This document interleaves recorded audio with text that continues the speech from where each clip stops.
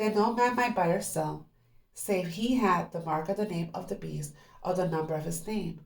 You cannot buy or sell without money. Render to Caesar what belongs to Caesar.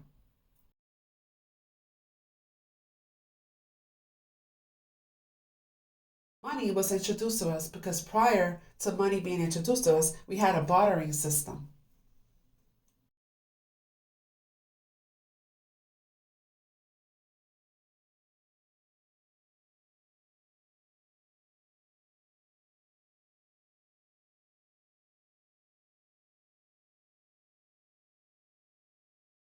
So this is mentioned twice in the Kabbalah. As you can see in the very bottom, Babylonian money magic. And all money leads to Rome.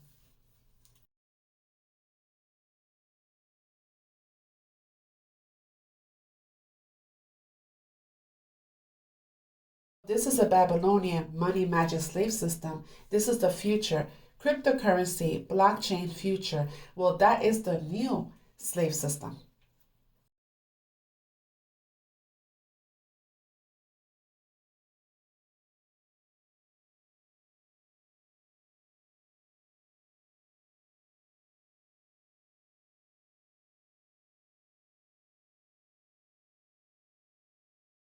The next chart, it tells you global social credit system, biocurrency, cashless society. It is what to enslave the humanity to AI.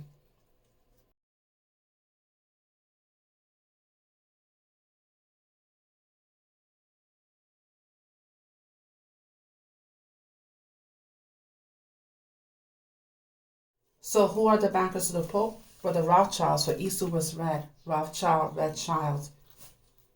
And also here as well, Rothschild takes over the London financial market, the hidden hand. So in other words, the Rothschilds and the Rockefellers are over the District of Columbia, the three cities that run the world.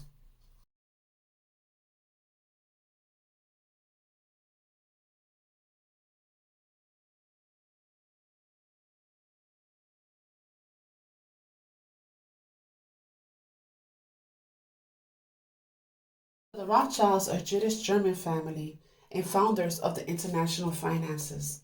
They're Jiddish as in the Noahide laws, Jiddish, not Hebrew.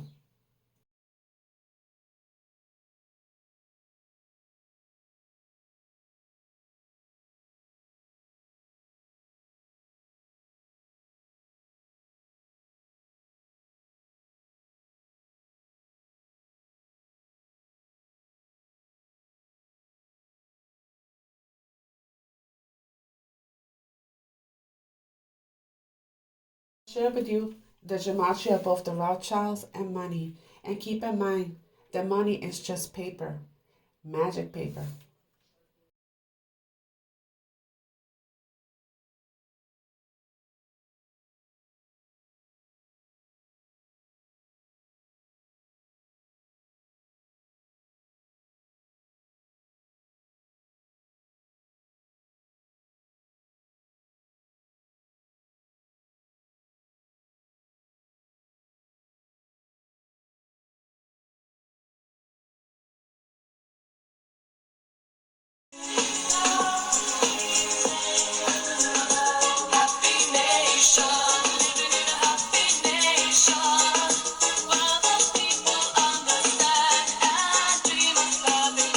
We have a system called fractional reserve banking, which means that banks can lend money that they don't actually have. It's a criminal scandal and it's been going on for too long.